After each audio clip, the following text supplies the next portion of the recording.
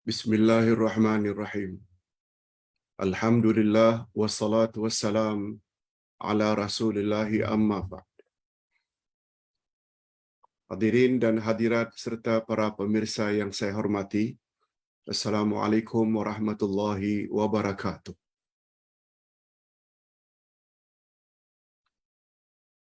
Alhamdulillah, kita bersyukur kehadirat Allah Azza wa Jalla.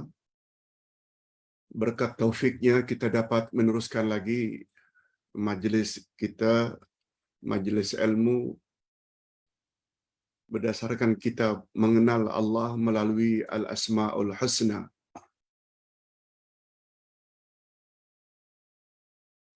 Yaitu nama Allah yang ke-78, yaitu Al-Halim. Allah yang Maha Penyantun. Mudah-mudahan dengan pertambahan ilmu pada pagi ini, dan kita kenal Allah itu Maha Penyantun, kita juga selagi hayat di kandung badan akan jadi insan yang penyantun. Apa makna penyantun? Al-Hilm itu sifat. Orangnya Al-Halim. Itu sebabnya ada manusia yang dipanggil dengan Abdul Halim, yaitu hamba daripada Allah yang Maha Penyantun. InsyaAllah dalam pertemuan kita lebih kurang 1 jam 15 minit ini, kita akan isi lebih kurang 50 minit pertama pencerahan tentang nama Allah Al-Halim. Sila fokus dan konsentrasi.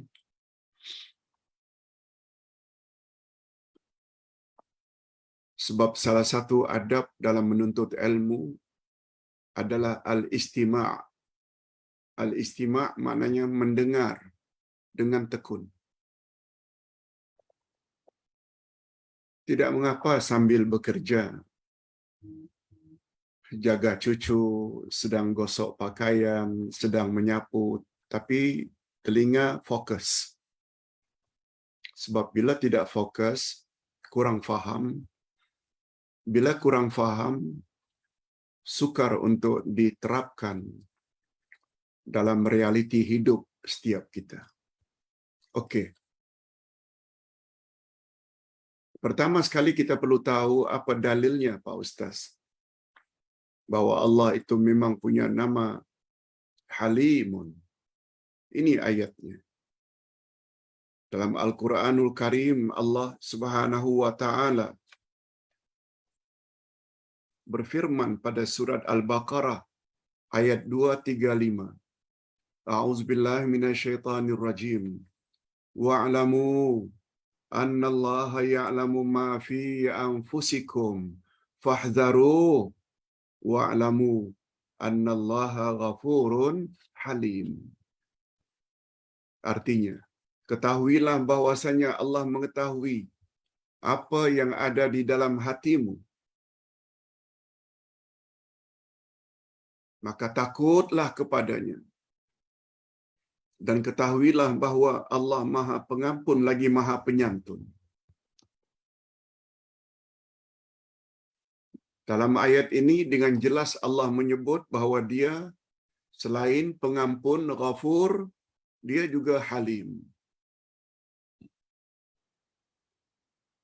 Allah suruh supaya kita takut kepadanya.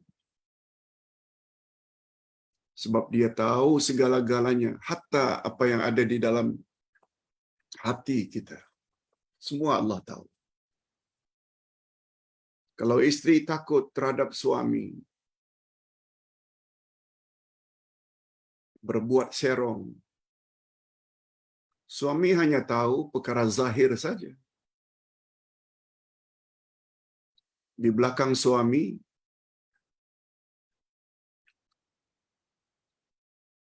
suami tak tahu apa yang isteri buat. Demikian juga sebaliknya. Isteri hanya tahu yang zahir saja. Jika suami berada di outstation, overseas, isteri tak tahu. Itu pun manusia cukup takut dengan penguat kuasa, polis, askar, SB. Padahal mereka semua hanya tahu yang zahir saja dalam hati. Mereka tak tahu. Tapi Allah tahu zahir batin. Itu sebabnya setelah menyebut Allah itu mengetahui apa yang ada di dalam hatimu. Fahdharu, takutlah kamu kepadanya. Wa'lamu, ketahuilah olehmu. Allah itu Maha Pengampun. Maknanya, andai kata terlanjur buat perkara-perkara yang tak senonoh, segera minta ampun, sebab Allah itu Ghafur. Andai kata buat maksiat, segera taubat, karena Allah itu Halim. Nanti kita akan jelaskan makna Halim. Halim maknanya Allah tidak menurunkan azab atau hukuman secara segera. Sengaja Allah delay untuk membolehkan orang tersebut bertobat kepadanya. Itu makna Halim. Penyantun. Lemah lembut. Allahu Akbar. Kita perkuatkan lagi dengan dalil yang kedua, yaitu hadis Nabi sallallahu alaihi wasallam. Hadis riwayat Al-Bazzar. Hadis sahih li ghairihi. Menurut Syekh Nasaruddin Albani. Inna Allah yuhibbul ghani al-halim al-muta'affif wa yubghidu al-badhi'a al-fajira as-sa'il al-mulih. Cuba dengar terjemahannya. Sesungguhnya Allah mencintai orang yang kaya hatinya. Baik hati. Bukan kaya harta. Kaya hati. Sesuai dengan sabda Nabi. Laisal ghina an kasratil arad walakinnal ghina ghinan nafs.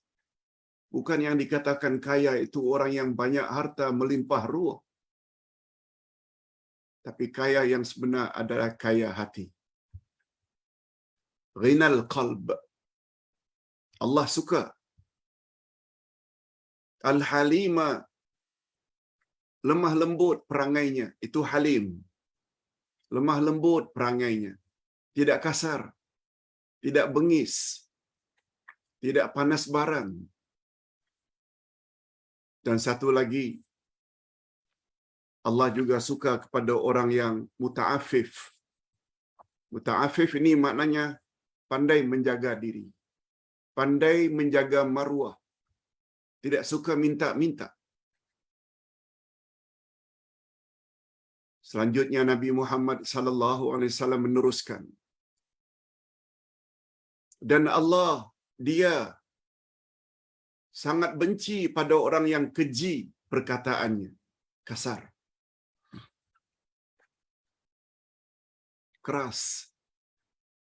Allah juga benci kepada orang yang jahat perilakunya, al-fajir, iaitu lawan daripada al-halim.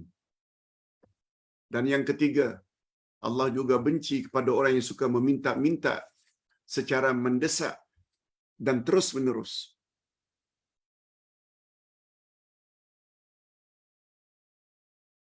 Allah benci. Okey. Sebagai dalil cukup. Sebab membuat kita ini yakin bila ada dalil.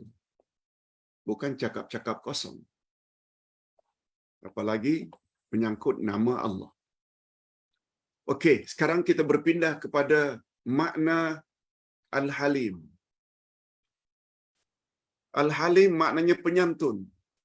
Dia adalah sirah mubalaghah, iaitu bentuk untuk menyatakan bersangat-sangatan santunan Allah itu. Dalam bahasa Melayu, orang itu penyantun, selalu dikaitkan dengan baik akhlaknya, baik budi pekertinya, lemah lembut. Yes, itu selalu dikaitkan dengan penyantun. Mudah-mudahan kita semua termasuk ke dalam golongan ini.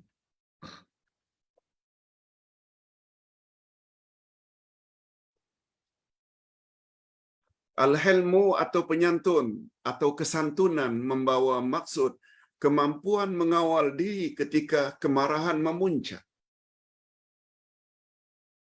Ketika kita marah, begitu memuncak kemarahan kita, kita dapat kawal diri.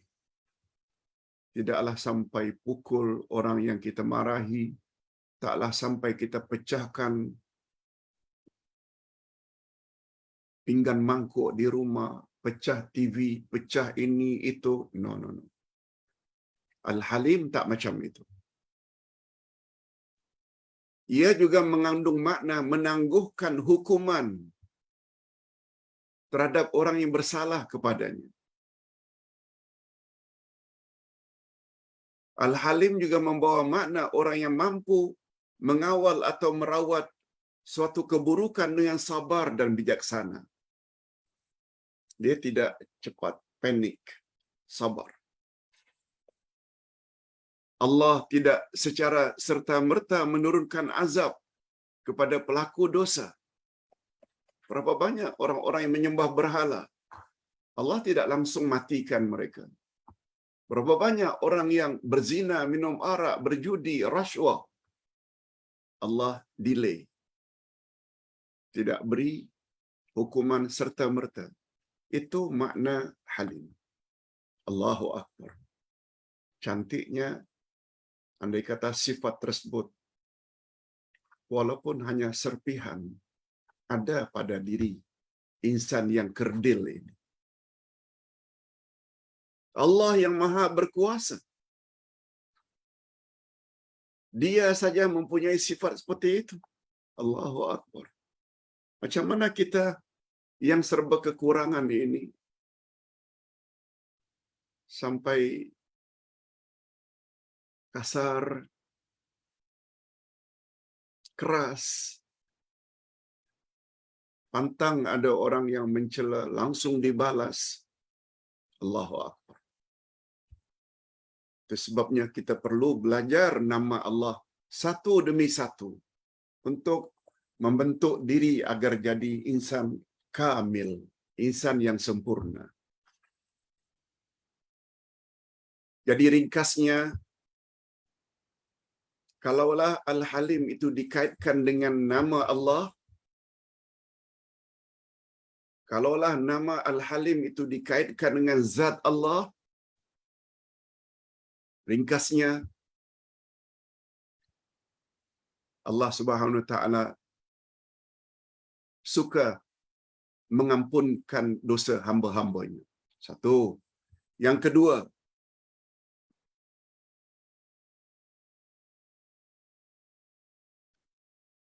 Allah Subhanahu wa taala penyantun. Lebih-lebih lagi terhadap hamba-hambanya yang taat. Mudah-mudahan kita termasuk ke dalam golongan.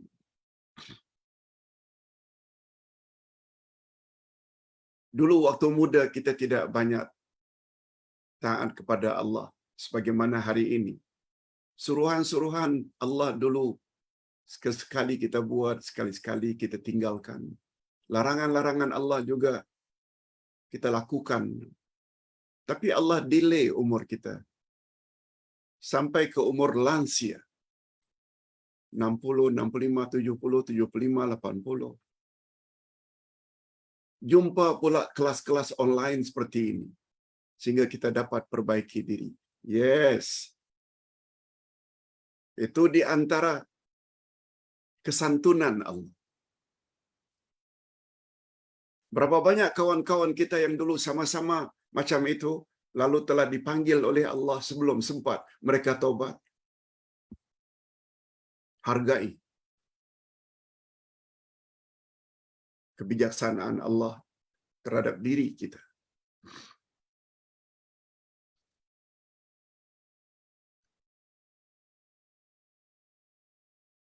Allah Subhanahu wa taala menambah-nambah pahala bagi orang yang taat.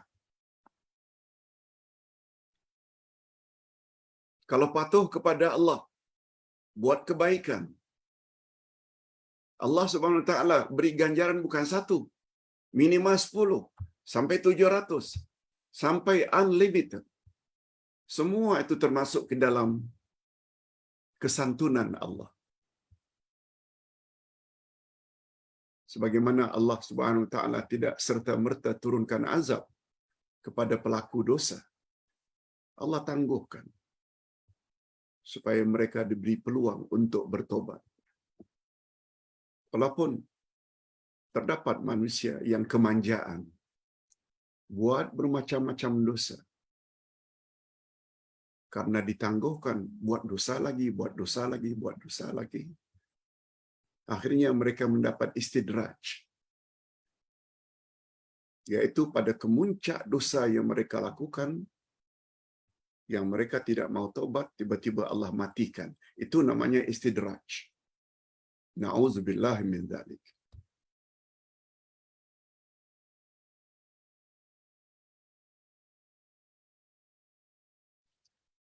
Sebab Allah Subhanahu wa taala apabila tidak ada sifat kesantunan,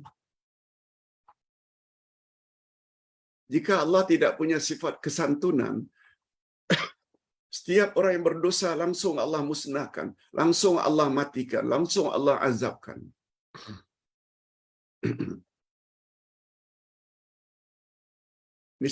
Niscaya dunia ini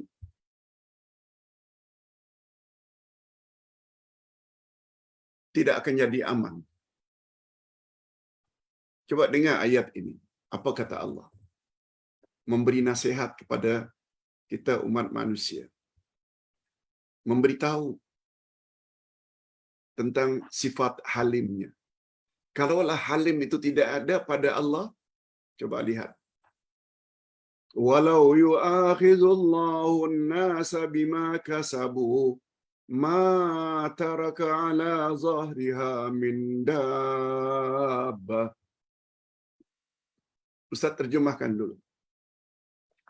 Kalau sekiranya Allah menyiksa manusia disebabkan usahanya, maknanya perbuatan jahat yang dibuat. Kalau setiap perbuatan jahat yang dia lakukan langsung Allah azab, niscaya dia tidak akan meninggalkan di atas permukaan bumi suatu makhluk yang melata pun. Maknanya tak akan ada lagi manusia. Sebab semua manusia pernah buat salah. Apalagi penyembah berhala, pembuat syirik, minum arak, berzina, rasuah. Kalaulah setiap dosa yang dilakukan oleh manusia langsung on the spot, masa itu juga Allah turunkan azab. Niscaya tidak akan ada lagi di atas muka bumi ini makhluk yang berjalan, yaitu binatang melata termasuk manusia. Tak ada yang berjalan. Semuanya jadi binasa. Tetapi kata Allah, walakin yuakhiruhum ila ajalin musamma fa idza jaa ajaluhum fa innallaha kana bi ibadihi basira. Akan tetapi Allah menangguhkan penyiksaan mereka sampai waktu yang tertentu.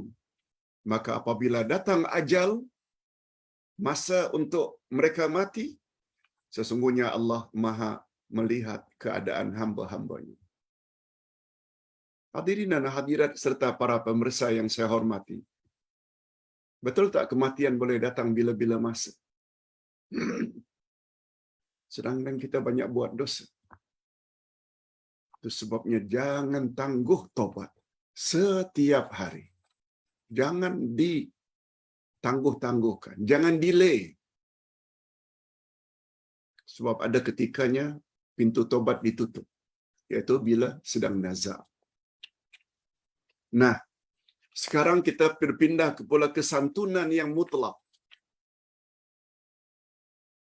Santunnya Allah ini bersifat mutlak.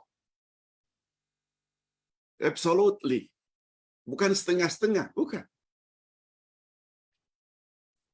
Ustaz sempat buat keringkasan karena dalam masa 50 minit tak cukup bila kita baca buku ini. Itu sebabnya Ustaz cuba ringkaskan kehebatan sifat santunnya Allah pertama.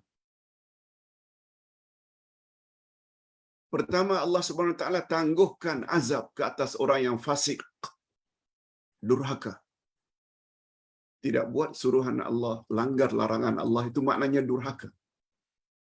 Termasuk anak-anak yang durhaka pada mak bapa. Allah delay. Minta maaf segera pada mak bapa sebelum mereka mati. Yang kedua, Allah Subhanahu Wa Taala bersedia memaafkan pelaku-pelaku dosa karena kejahilan mereka. Ini termasuk kita walansia, warga lanjut usia. Mengapa Allah tidak matikan dulu ketika umur kita 40, 45, 50, tidak tutup aurat, tinggalkan salat, meninggi suara pada mak bapa. Hari ini umur dah 70, 80.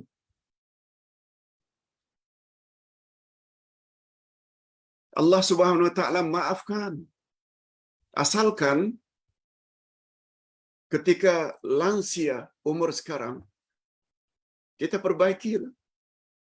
Dan cara memperbaiki iman dan amal, pertama sekali tambah ilmu. Ilmu yang paling utama untuk ditambah, ilmu Quran dan ilmu sunnah. Alhamdulillah. Allah tidak cabut nyawa kita ketika dulu umur 40-an, 50-an. Itu juga di antara kehebatan kesantunan Allah. Yang ketiga, di antara bukti kesantunan Allah yang mutlak, Allah Subhanahu Wa Taala beri rezeki walaupun orang tersebut pelaku dosa.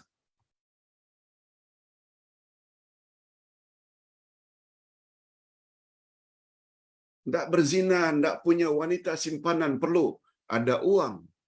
Allah terus beri dia duit. Punya wanita simpanan satu, buat perkara tak senonoh,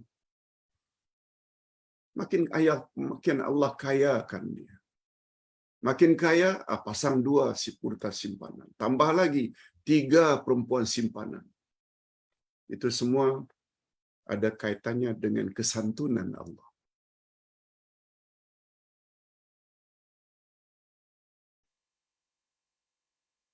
Termasuk juga kesantunan Allah, Allah memanjangkan umur hambanya yang taat.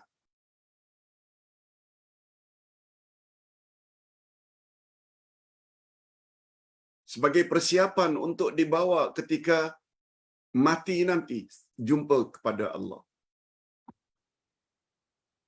Sebagaimana kita yang jumpa kelas-kelas seperti ini sudah umur 60, 70, yang dulu tidak begitu baik amalan kita sebab Islam kita dulu Islam nenek moyang, warisan nenek moyang, yang tak semestinya semuanya sesuai dengan kehendak Allah dan Rasul.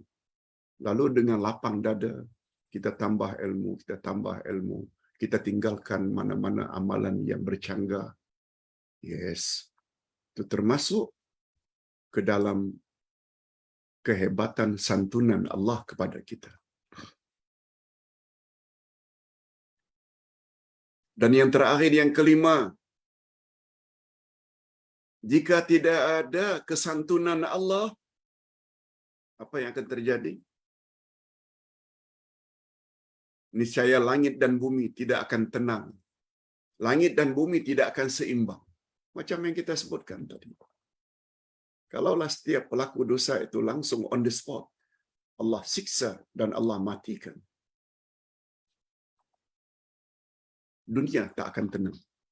Langit dan bumi tidak akan dalam kondisi yang tenteram dan tenang.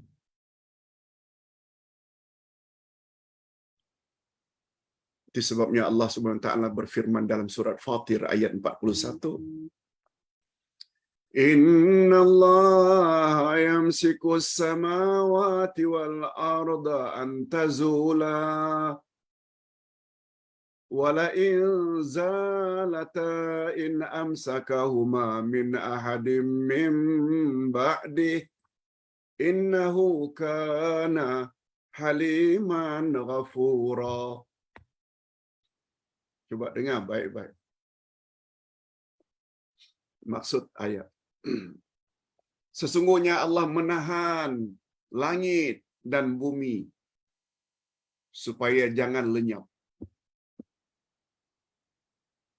Langit dan bumi ini tidak lenyap karena ditahan oleh Allah dengan tangannya. Ini ayat. Allah cakap begitu, yakini saja.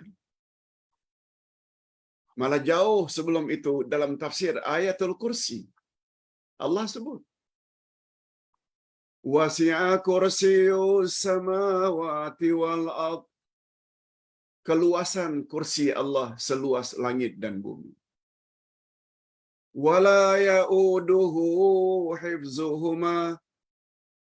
Tidak berat bagi Allah untuk memelihara langit dan bumi. Tak berat. Allah yang mentadbir langit dan bumi. Allah yang menahan langit dan bumi ini daripada musnah. Ini ayatnya. Kita teruskan. Dan sungguh jika kedua-duanya akan lenyap, dan sungguh jika keduanya akan lenyap, langit dan bumi, tidak ada seorang pun yang dapat menahan keduanya selain Allah. Tidak ada yang dapat menghalang. Kalau langit dan bumi musnah, tak ada yang dapat menghalang kecuali Allah. Sesungguhnya Dia adalah Maha Penyantun lagi Maha Pengampun. Lihat. Dia beri kita masa. Delay kematian kita. Terserah pada kita. Kita ingin isi kepada perkara-perkara yang Allah reda atau sebaliknya. Terserah. Allah dah beri akal. Allah dah turunkan Quran. Allah dah utus Rasul untuk membimbing. Akal tak mau digunakan. Quran tak mau dijadikan pedoman. Rasul tak mau dijadikan role model. Di dunia tak begitu nampak. Tapi di akhirat nanti. Sebelum kiamat lagi. Dalam kubur. Menunggu azab. Na'udzubillahi min dzalik. Allahu Akbar. Inilah yang Nabi kata ad-dinun nasihah. Agama itu nasihat. Inilah yang Allah katakan dalam surat Yunus ayat 57. Ya ayuhan nas, qad ja'atkum mau'izatun min rabbikum. Sekalian manusia, telah datang kepadamu nasihat dari Tuhanmu. Nasihat maksudnya Al-Quran. Betul tak Quran tadi mengandung nasihat? Tapi ada setengah-setengah orang tak makan nasihat. Masuk telinga kanan, keluar telinga kiri. Sedikit pun tidak ambil iktibar. Allahu Akbar. Mudah-mudahan kita termasuk ke dalam golongan orang-orang yang senantiasa mengharap redha Allah. Mengharap redha Allah tak akan mungkin kalau kita tak tahu perkara-perkara apa yang membuat Allah itu redha. Mengundang keredaan Allah. Ikut Quran, ikut sunnah. Jadikan Rasul sebagai contoh teladan. Baik pada mak bapa. Ihsan pada mak bapa.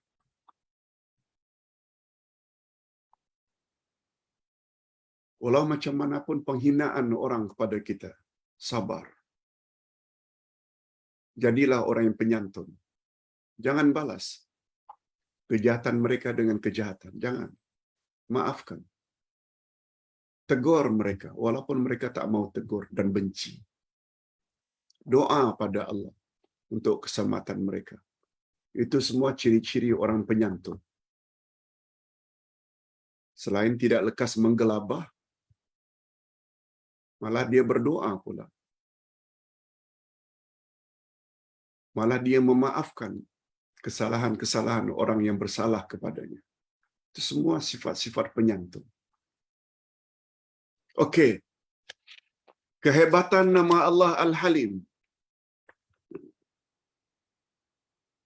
Di antara kehebatan nama Allah Al-Halim, coba tengok. Nabi Muhammad sallallahu alaihi wasallam menggambarkan dalam satu hadis. Hadis sahih riwayat Imam Muslim. Betapa penyantunnya Allah. Dia macam mana pun dicaci, dia tetap beri mereka rezeki. Ini hadisnya. Ma ahadun asbaru ala adzan yasma'uhu minallahi ta'ala. Innahum yaj'aluna lahu nidda wa ja'aluna lahu walada wa huwa ma'a dzalika yarzuquhum wa yu'afihim wa yu'tihim. Allahu akbar. Tak ada manusia yang boleh buat macam ini.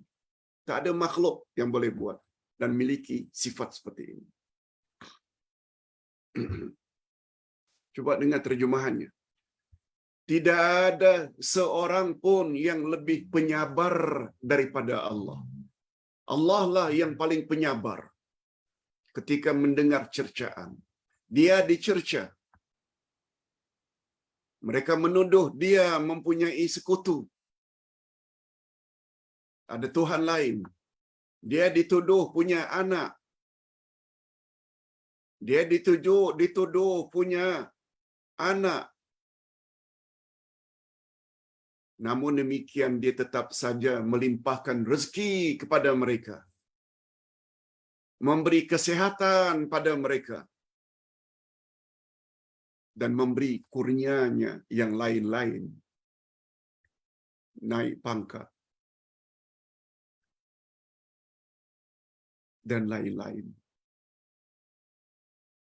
Adakah makhluk yang macam itu? Itu sebabnya, jika ada manusia diperlakukan oleh manusia lain dengan menuduh yang bukan-bukan, dia tabah saja, dia sabar saja. Tidak lekas give up. Karena dia tahu kebenaran yang coba dia sampaikan. Sebab yang dia harap keredaan Allah bukan keredaan manusia. Dia tak malu-malu untuk menyampaikan kebenaran. Bila itu syirik, dia katakan syirik. Sebab Allah yang sebut syirik. Bahaya syirik disebut oleh Allah berkali-kali dalam Al-Quran. Bila ada syirik, semua amal baikmu hancur musnah. Bila kamu buat syirik besar, kekal abadi tempatmu dalam neraka. Dia katakan. Sebab dia sayang pada jemaahnya. Jangan sampai nanti di akhirat amalnya jadi sia-sia. Walaupun kadang-kadang orang demikian dicaci dan dicerca. Kalau itu perkara bid'ah, dikatakan bid'ah. Seperti mendakwa Tuhan ada anak, Nabi Muhammad bukan Rasul yang terakhir, tidak ada hari berbangkit. Semua itu adalah bid'ah-bid'ah yang boleh membawa kepada kufur. Bid'ah bukan dalam amalan saja, juga termasuk dalam akidah. Sebagaimana bid'ah yang dibuat oleh Syiah, oleh Qadiani, oleh Islam liberal, oleh Mu'tazilah, oleh Jabariyah, Qadariyah, Murji'ah. Semua itu bid'ah-bid'ah dalam akidah. Hadirin dan hadirat rahimakumullah. Nah, lebih-lebih lagi apabila nama Allah Al-Halim ini digandingkan dengan nama Allah yang lain. Panjang penjelasannya di sini. Ustaz rasa tak perlulah Ustaz jelaskan, semua Ustaz ada sebut. Gandengan antara Al-Halim dengan Asy-Syakur berdasarkan surat At-Taghabun ayat 17. Ada penjelasannya. Yang kedua, gandengan Al-Halim dengan Al-Ghani yang Maha Kaya. Ada ayatnya. Al-Baqarah 263 ada penjelasan. Yang ketiga, gandengan Al-Halim dengan Al-Azim.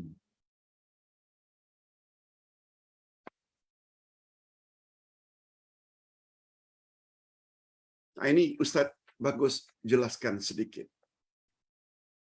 Hadirin dan hadirat, ringkasnya, setiap nama Allah apabila disebut secara bersendirian, itu saja dah membawa makna luar biasa hebatnya. Apatah lagi bila nama Allah itu disebut bergandengan. Sebagaimana penghujung dari ayatul kursi.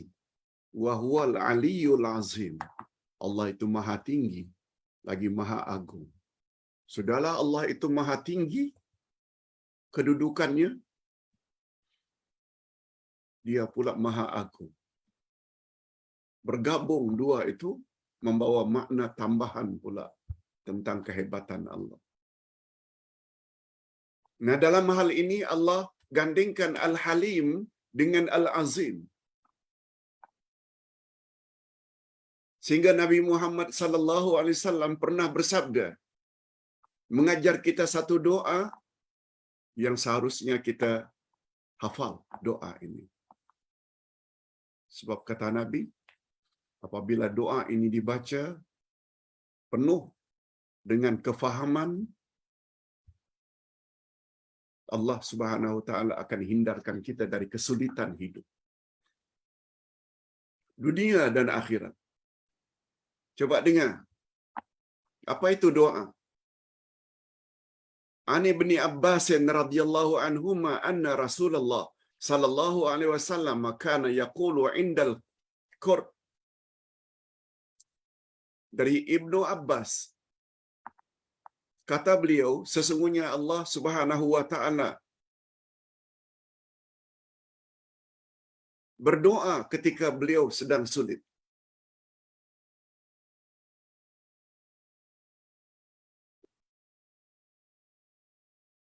Apa dia doanya?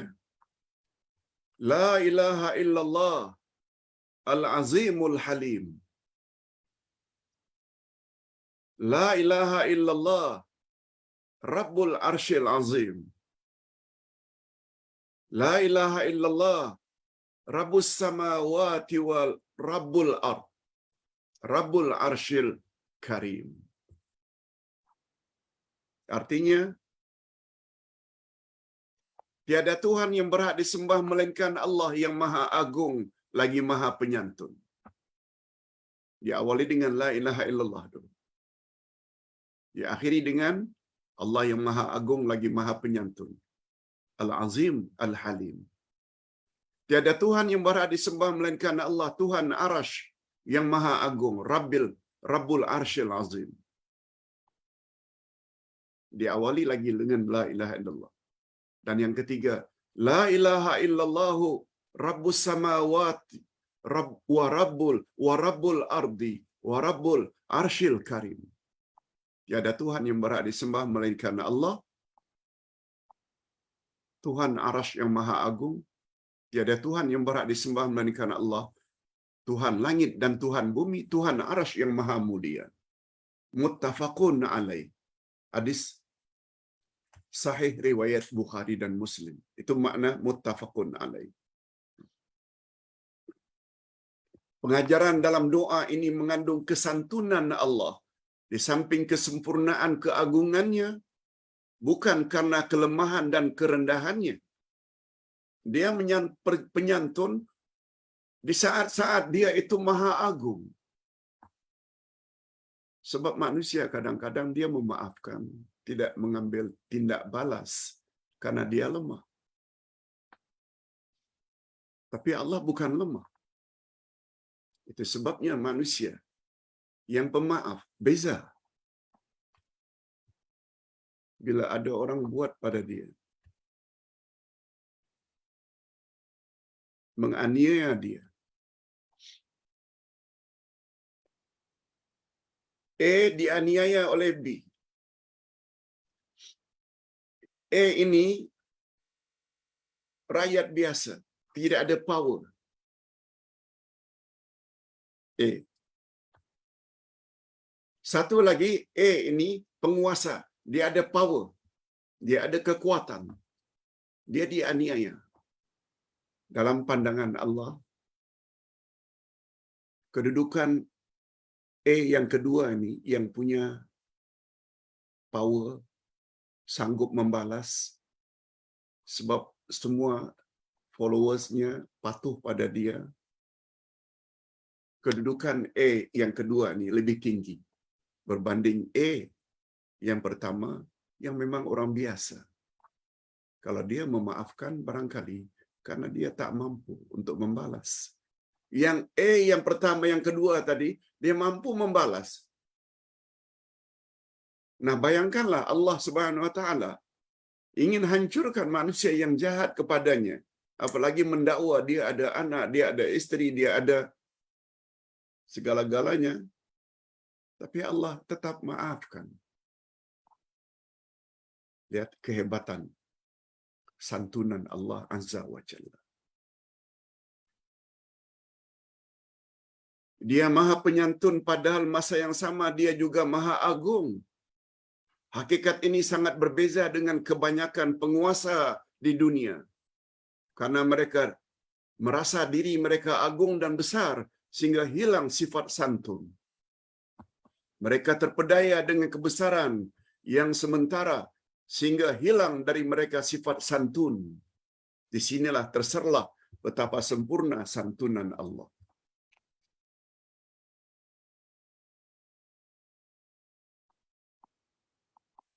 Banyak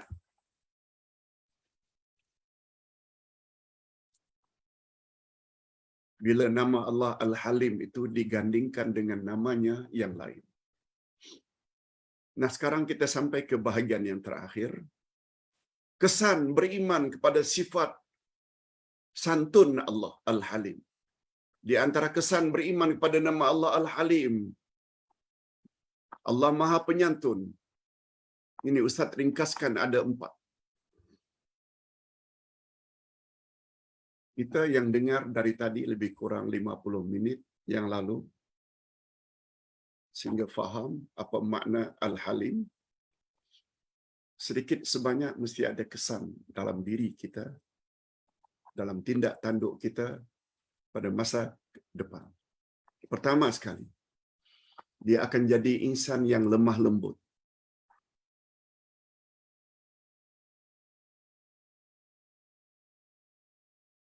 Dia akan jadi insan yang sabar dan tidak gopoh gapah.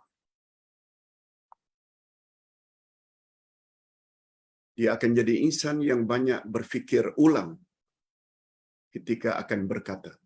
Sebelum berkata, dia akan fikir dulu. Sampai di mana buruk baiknya perkataan atau kesan perkataannya. Dia akan jadi orang macam itu. Dia tidak akan jadi insan yang kasar. Dia tidak akan jadi insan yang panas baran.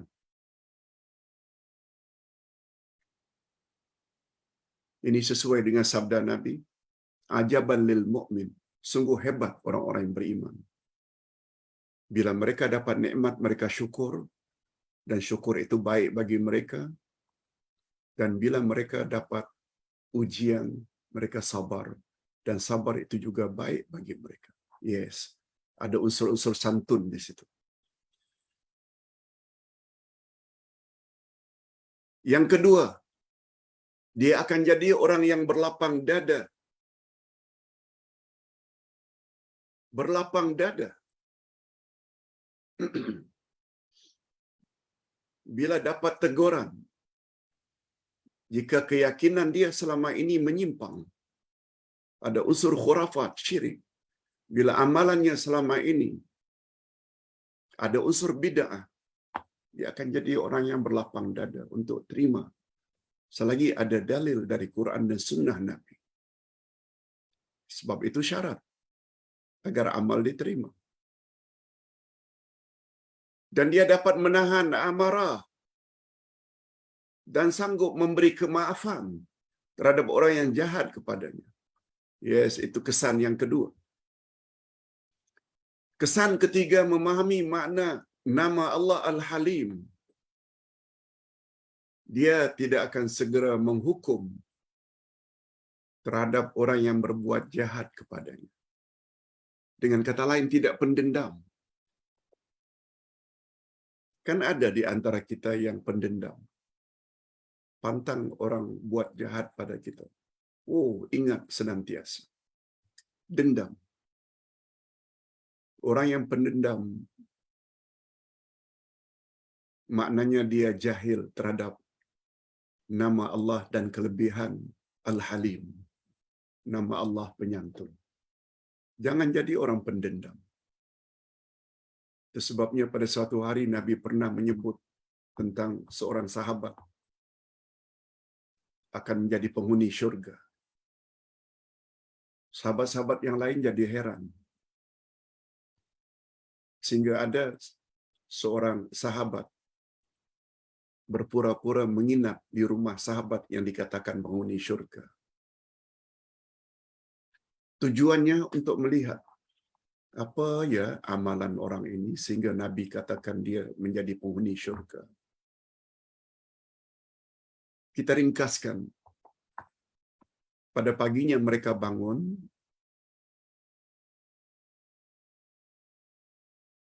ketika sarapan pagi, sahabat sebagai tetamu tadi bertanya, aku heran, Rasulullah katakan engkau beberapa hari yang lalu penghuni syurga, tapi aku lihat malam-malamnya engkau bangkit biasa saja, tahajud, witir, doa, salat subuh.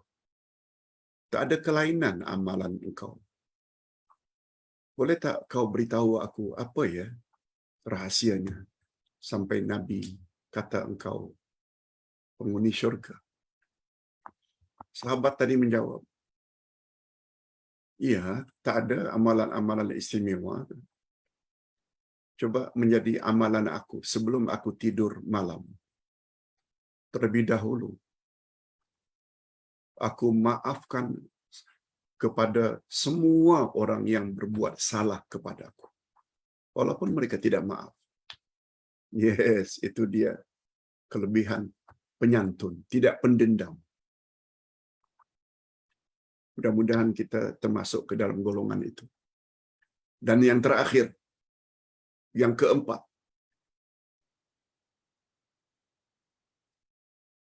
apa dia yang keempat? Allah Subhanahu wa taala, bagaimanapun jahatnya manusia, Allah Subhanahu wa taala tutup aib manusia yang jahat kepadanya. Allah tutup aibnya, kekurangannya. Ustaz baca. Jika dia menyadari bahawa Allah Maha Penyantun terhadap hamba-hambanya yang berdosa, yang melakukan pelbagai kemungkaran, namun dia, yakni Allah, menutup keaiban hambanya itu, dia tidak dedahkan kepada orang ramai. Oh, si fulan itu telah berzina. Oh, si fulan itu telah minum arak. Si fulan itu mempunyai wanita simpanan 3 orang. Allah tak maklumkan kepada orang ramai. Tapi kalau Allah tidak maklumkan, Allah boleh. Sedangkan Allah SWT tahu segala-galanya. Apa dosa yang dilakukan oleh orang tersebut. Maka dampaknya, implikasinya, kesannya kepada kita yang meyakini sifat Allah seperti itu adalah lebih utama. Sebab kita tak tahu sebagaimana yang Allah tahu, zahir batin. Lebih utamalah untuk kita menutupi kesalahan dan kebaikan orang lain. Maaf, adalah lebih utama untuk kita menutupi kesalahan dan keaiban, kecacatan orang lain. Walaupun kita saksikan sendiri, dia telah berbuat perkara yang tak elok. Bukan dengan mendedahkan dan memalukannya. Oleh sebab itu, bila kita dapati ada orang buat perkara yang tak senonoh, yang merugikan rakyat, serahkan kepada mahkamah. Biar mahkamah yang menentukan. Ada baiknya kalau kita janganlah sebar-sebarkan keburukan orang berkenaan. Itu tidak baik. Itu maknanya anda tidak ada sifat santunan. Menambah-nambah memburuk-burukkan. Jangan. Serahkan kepada mahkamah. Sebab mereka membuat keputusan berdasarkan penyelidikan yang cukup lama. Hadirin dan hadirat rahimakumullah. Kita berdoa mudah-mudahan kita diberi oleh Allah sifat penyantun. Ya Allah, hebatnya namamu Al-Halim. Oleh sebab itu berikanlah kepada kami sifat penyantun milikmu itu walaupun hanya serpihan supaya kami menjadi orang-orang yang baik yang bakal bahagia di dunia dan bahagia di akhirat. Hadirin dan hadirat rahimakumullah. Di sini ada 5 pertanyaan. Maaf, 4 pertanyaan. Ingat ya, lebih kurang 4-5 hari kita tidak ada kelas ke depan. Esok Khamis Ustaz berangkat 11 pagi ke Batam. Khamis, Jumaat, Sabtu, Ahad sore baru balik. InsyaAllah hari Isnin depan baru kita jumpa lagi. Nah, masa 5 hari ini manfaatkan untuk menghafalkan doa tadi. La ilaha illallah al-azimul halim. La ilaha illallah. Begitu seterusnya. Ustaz lupa tadi menyebut. Apakah itu doa, Pak Ustaz? Ya. Di mana letaknya doa? Di mana letaknya itu doa, Pak Ustaz? Sebab dia hanya mengandung puji-pujian terhadap Allah. Tiada Tuhan yang berhak disembah melainkan Allah yang Maha Agung lagi Maha Penyantun. Tiada Tuhan yang berhak disembah melainkan Allah, Tuhan Arasy yang mulia. Tiada Tuhan yang berhak disembah. Bukankah itu sanjungan, Pak Ustaz? Betul? Itu sebabnya kita perlu tambah ilmu. Doa ada 2 jenis. Ada doaul mas'alah atau doaul talab, doa sambil meminta. Itulah yang kita minta, Rabbighfirli wa li walidayya, Rabbana atina fid dunya hasanah. Ada satu lagi doa namanya doa usana, doa sanjungan. Kita memohon kepada Allah dalam bentuk sanjungan sebagaimana yang dibaca oleh Nabi Yunus dalam perut ikan. La ilaha illa anta subhanaka inni kuntu minaz zalimin. Tiada Tuhan yang berhak disembah melainkan Allah. Melainkan Engkau ya Allah. Maha suci Engkau. Sesungguhnya aku banyak berbuat zalim. Itu di antara jenis doa usana. Sama dengan tadi. La ilaha illallah al-azimul halim. La ilaha illallah Rabbus samawati wal ard. Wa Rabbul arsyil azim. Wa Rabbul arsyil karim. Itu namanya doa usana. Dan Nabi bersabda, Allah Subhanahu wa taala akan beri kepada orang yang berdoa kepadanya melalui doa sanjungan lebih banyak daripada Allah beri kepada orang yang memohon melalui doa permintaan. Allahu Akbar. Banyak-banyak doa itu. Apalagi doa itu, kata Nabi, fadilatnya dapat menghindarkan kita daripada perkara-perkara yang tidak kita inginkan. Baik, kembali kepada pertanyaan. Ustaz, saya tahu tahlilan dan yasinan sempena kematian seseorang yang kita hadiahkan. Dia bukanlah sunnah Nabi, juga bukan sunnah para sahabat, tapi dia lebih kepada adat. Hanya saja bila saya tidak ikuti, saya akan dipulaukan. Bagaimana sepatutnya, Pak Ustaz?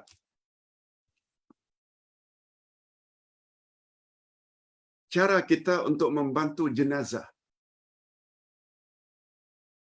Nah, Ustaz combinekan pertanyaan ini dengan pertanyaan kedua yang hampir serupa. Bagaimana cara kita ikut sunnah Nabi mengurus jenazah? Lebih-lebih lagi jenazah itu ada di rumah kita. Dari A hingga Z. Ikut sunnah. Sedangkan jenazah itu ada di rumah. Nah, Ustaz kira semua kita tahu, Nabi SAW secara nyata tak pernah suruh. Bila seseorang itu mati, lalu bacalah La ilaha illallah banyak-banyak, baca yasin, hadiahkan pahala tahlilan kamu itu dan yasinan kamu itu kepada si mati. Tak pernah. Cuma itu diambil oleh setengah ulama yang menyokong pahaman tersebut, diambil secara kias. Bila kita bertahlil la ilaha illallah, bila kita baca surat Yasin, kan kita dapat pahala. Lalu pahala itu milik kita, apa salahnya kita sedekahkan kepada orang lain? Hadirin dan hadirat, dalam masalah ibadat, dia tidak boleh kias. Ibadat mesti ada dalil. Apalagi dalam ilmu usul disebut, la qiyasa fil ibadah. Tidak ada kias dalam bab ibadat. Hadirin dan hadirat rahimakumullah. Namun demikian, Ustaz lebih cenderung untuk memberi nasihat. Jika ada yang punya pandangan macam itu, hormatilah. Tapi kita juga minta agar mereka hormati pandangan kita yang tak mau terlibat dengan acara-acara, apalagi dibuat pada hari ketiga kematian ketujuh, apalagi sampai ada anggapan kononnya pada hari-hari tersebut roh balik ke rumah lihat anak cucu. Keyakinan macam itu ada unsur-unsur reinkarnasi, iaitu meyakini roh boleh balik-balik, dan itu adalah fahaman Hindu.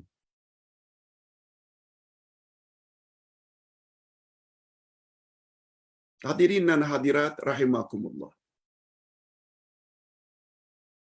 Kalau ditanya, Pak Ustaz, itu pandangan siapa?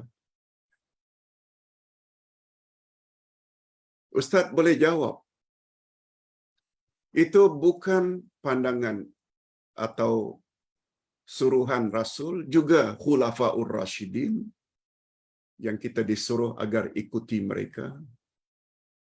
Juga bukan pandangan Imam Asy-Syafi'i. Lihat kitab utama Imam Asy-Syafi'i, tertera di dalam kitab Al-Um.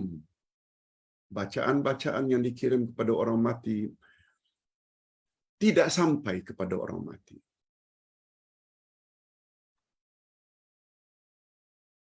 Malah semua imam mazhab sepakat mengatakan bahawa keramaian-keramaian kenduri kendara pada hari sekian kesian dari kematian, dia termasuk an-niyahah, termasuk dalam bab meratap kematian. Dan Nabi bersabda, An-niyahah minal jahiliyah.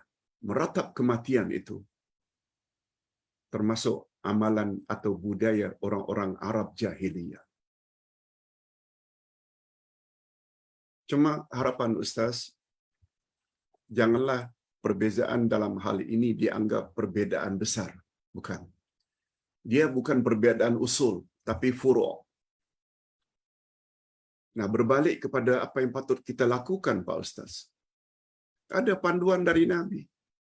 Terhadap orang yang sudah meninggal dunia, kamu yang masih hidup mesti lakukan 4 perkara. Mandikan, kafankan, salatkan jenazah, dan kebumikan. Ini fardu ain. Mesti kita lakukan. Oh, terhadap orang yang sudah dikebumikan, boleh tak kita menolong mereka? Boleh. Dengan cara yang telah diajar oleh Rasul sallallahu alaihi wasallam. Antara lain doa. Tidak ada larangan dari Nabi, malah Nabi sangat galakkan. Sebagaimana yang Allah berfirman menyebut tentang sifat orang-orang Muhajirin dan Ansar. Mereka selalu berdoa, Rabbana ighfir lana wa li ikhwanina alladzina sabaquna bil iman. Ya Allah, ampunkanlah kami dan ampunkanlah saudara-saudara kami yang beriman lebih dahulu dari kami. Kata ulama tafsir, itu memberi isyarat. Orang-orang yang lebih dahulu daripada mereka, ada yang hidup, ada yang sudah mati. Maknanya berdoa untuk orang yang sudah mati.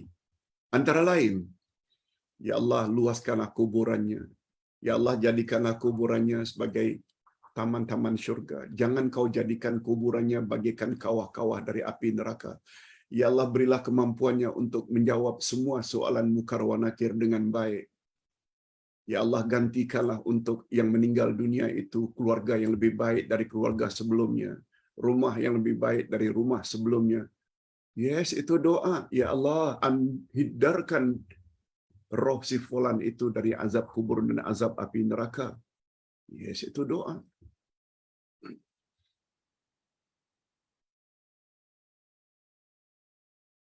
Lebih-lebih lagi yang boleh menolong itu adalah anak cucu arwah. Apalagi Nabi Muhammad sallallahu alaihi wasallam bersabda dalam hadis sahih riwayat Imam Muslim, bila mati anak cucu Adam semuanya terputus kecuali 3. Sedekah jariah. Dia dulu pernah bantu pembinaan masjid ke, tahfiz ke, rumah anak yatim ke, bina rumah sakit Islam ke, bina macam-macam lah untuk kegunaan kepentingan orang ramai, dia akan dapat sedekah jariah. Terus menerus. Yang kedua, ilmin yuntafa'u bihi. Ada ilmu, hendaklah kamu sebar-sebarkan. Ilmu yang dapat diambil manfaat oleh orang hidup. Itu sebabnya Ustaz suka menulis. Suka memberi ceramah yang baik-baik. Sebanyak mana orang yang follow, yang telah memahami dan ikut amal dan ilmu yang betul, sama ada ilmu tentang Allah, tentang Rasul, tentang selok belok agama. Kita yang mengajar. Termasuk yang ikut share kepada grup masing-masing YouTube yang disediakan oleh tim Uday. Termasuk. Terus menerus akan dapat. Itu yang Ustaz heran itu. Mengapa jadi berat sangat tangan ni. Tapi terhadap perkara-perkara yang tak senonoh, begitu rajin WhatsApp. Yang sudah pasti, kita malas. Allahu Akbar. Bila mati anak cucu Adam, semuanya terputus kecuali 3, sedekah jariah. 2, ilmu yang dapat diambil manfaat oleh orang lain. Yang ketiga, anak yang melakukan amal saleh, lalu mendoakannya. Nah, yang itu tuh sampai. Ini antara lain. Kalau dia ada hutang, kita tolong bayarkan. Kalau dia belum haji atau umrah, kita hajikan dan umrahkan dia. Itu semua perkara-perkara yang boleh membantu si mati. Kita berbalik kepada soalan yang kedua. Pak Ustaz, Dalam surat Luqman, ini yang tanya ini namanya Luqman dari Indonesia, dari Kerawang, Jawa Tengah.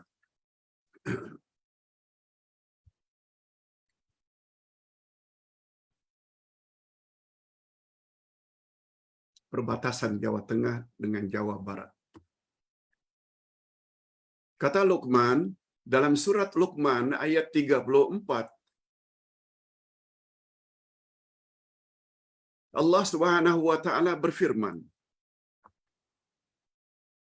"Innallaha 'indahu 'ilmus sa'ah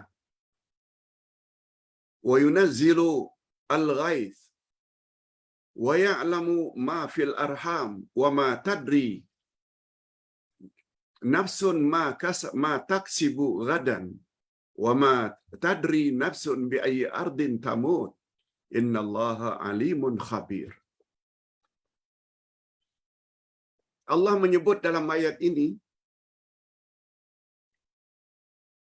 sesungguhnya Allah hanya di sisinya lah saja pengetahuan tentang hari kiamat. Satu, dialah yang menurunkan hujan. Dua, dialah yang mengetahui apa yang ada di dalam rahim. Tiga, dia mengetahui apa yang akan diusahakan oleh seseorang pada hari esok.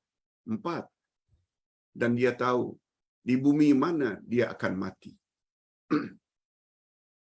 5 perkara ini termasuk perkara ghaib. Tidak ada yang tahu kecuali hanya Allah.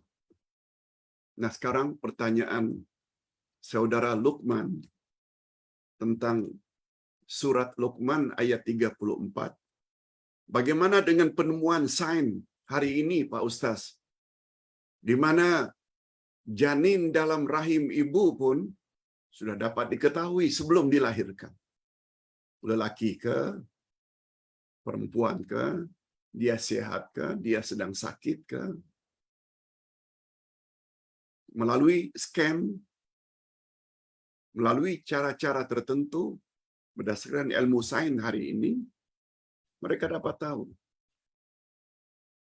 Tidakkah ayat itu bercanggah dengan penemuan terkini dalam ilmu sains dan teknologi? Jawab ringkasnya, tidak, Luqman. Tidak bercanggah.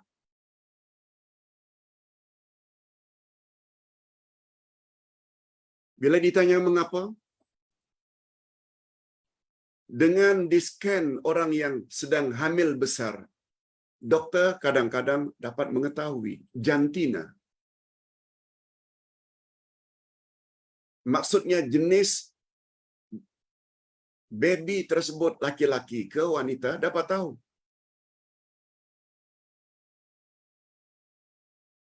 Jantungnya berlubang ke, kidney-nya rosak ke, doktor dapat tahu. Tapi kadang-kadang tak tahu juga. Kadang-kadang tersalah juga, tersilap juga. Okey, taruhlah kita katakan tahu jantinanya, jenis kelaminnya. Jantina kalau di Malaysia, maksudnya di Indonesia jenis kelamin, laki-laki ke atau wanita. Tapi kita kena ingat, kalau hanya setakat itu pun kadang-kadang betul, kadang-kadang silap. Tapi apa yang diketahui oleh Allah jauh lebih banyak. Allah tahu dah baby itu berapa umurnya lalu dia mati. Dalam umur 2 hari ke, dalam umur 20 tahun ke, atau baby tersebut hidup di dunia sampai 70-80 tahun, Allah tahu. Tahukah saintis tersebut dia akan jadi anak yang baik ke, anak yang jahat? Tahukah saintis dia akan jadi penghuni syurga ke kelak pada hari kiamat atau penghuni neraka? Tahukah saintis dia akan jadi anak yang baik ke atau anak yang durhaka pada mak bapa? Tahukah saintis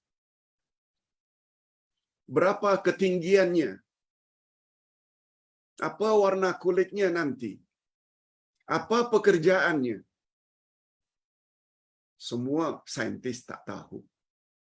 Tapi Allah tahu, clear, jelas segala-galanya. Sebab Allah Maha mengetahui.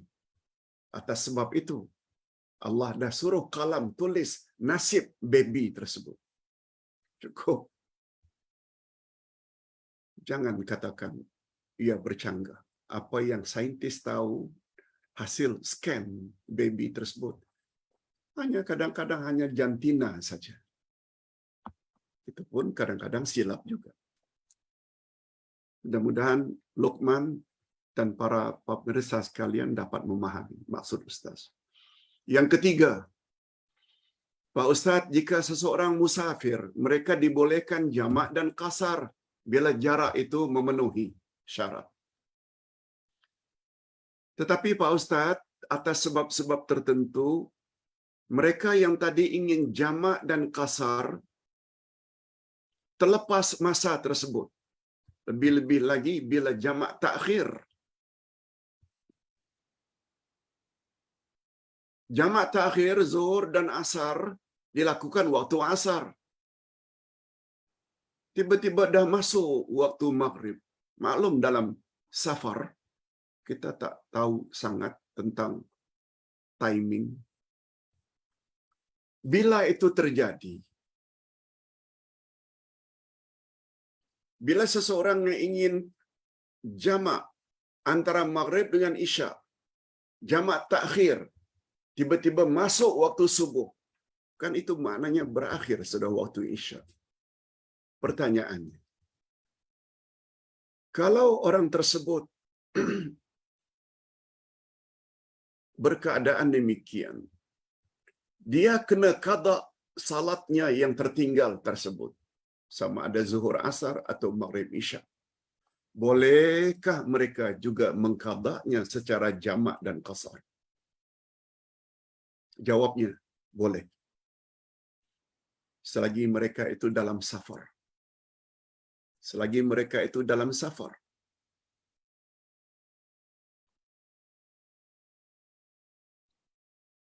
Boleh mereka buat jamak dan qasar dengan niat qada yang kita tak dapat melakukannya pada waktunya. Wallahu a'lam. Terakhir, Pak Ustaz, pada subuh Makkah, imam selalu membaca surat As-Sajdah pada subuh Jumaat. Betul?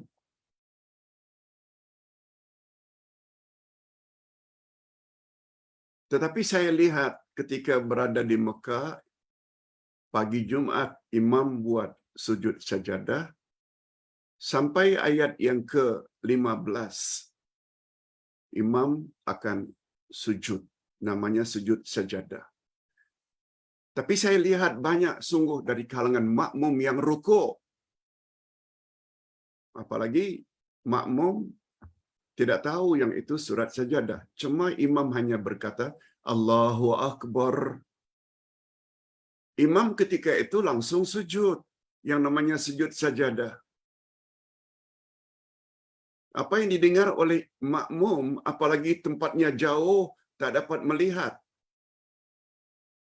Mereka mungkin berada pada rakaat, pada tingkat 2 atau ground floor. Tak nampak pergerakan imam. Kedudukan mereka ketika itu rukuk. Mereka sadar tak sadar ketika imam lagi-lagi menyebut Allahu Akbar untuk berdiri. Menyambung ayat yang ke-16. Tatajafa junubuhum anil madaji'i yad'una rabbahum. Pertama yang disebut Allahu Akbar, bukan Sami Allahu liman hamidah. Yang kedua yang mereka baca itu tatajafa junubuhum, sambungan sajadah, bukan Alhamdulillah. Akhirnya makmum menyadari yang mereka tersilap. Bagi pandangan Ustaz, tidak mengapa dan sah, tidak batal salat mereka untuk terus saja dalam salat. Sampai imam mengakhiri surat As-Sajdah lalu rukuk. Allahu Akbar, rukuk. Rukuk yang pertama bagi imam, tapi bagi mereka rukuk yang kedua. Tapi rukuk pertama tadi karena kesalahan. Bagi pandangan Ustaz, tidak membatalkan salat subuhnya. Karena dia lakukan tanpa sengaja. Wallahu a'lam. Ustaz kira cukup sampai di sini dulu. Dan kita jumpa lagi insya-Allah pada hari Isnin akan datang. Dan kita akhiri dengan doa. Alhamdulillahirabbil alamin wassalatu wassalamu ala asyrafil anbiya'i wal mursalin wa ala alihi wa sahbihi ajma'in. Rabbana ighfir lana dzunubana wa liwalidina warhamhum kama rabbawna shighara. Rabbana hab lana min azwajina wa dhurriyyatina qurrata a'yun waj'alna lil muttaqina imama. Rabbana zidna ilman nafi'a wa rizqan thayyiban wa amalan mutaqabbala. Allahumma inna na'udzubika minal hammi wal hazan wa na'udzubika minal ajzi wal kasal wa na'udzubika minal jubni wal bukhli wa na'udzubika min ghalabatid daini wa qahrir rijal.